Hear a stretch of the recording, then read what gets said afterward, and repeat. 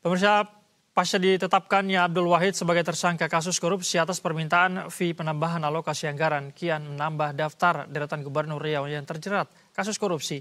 Hingga kini total ada 4 Gubernur Riau yang terjerat korupsi dan menyalahgunakan wewenangnya saat menjabat, termasuk Abdul Wahid.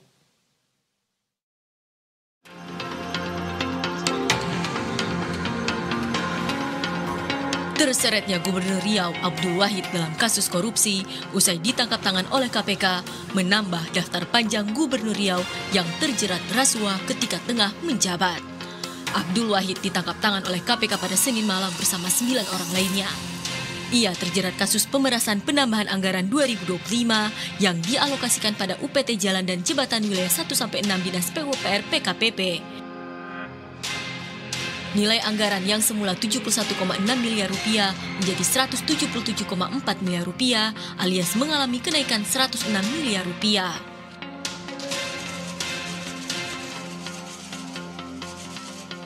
Abdul Wahid bukanlah Gubernur Riau pertama yang terjerat korupsi. Ia seakan meneruskan warisan para pendahulunya di Provinsi Riau, yakni warisan korupsi. Abdul Wahid menjadi Gubernur Riau keempat yang ditetapkan sebagai tersangka rasuah.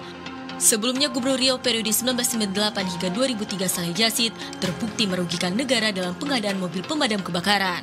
Ia divonis hukuman 4 tahun penjara pada 2008 namun bebas bersyarat di tahun 2020.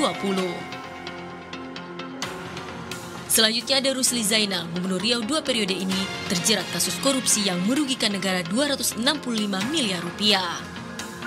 Ada lagi yang ketiga yakni Anas Makmun.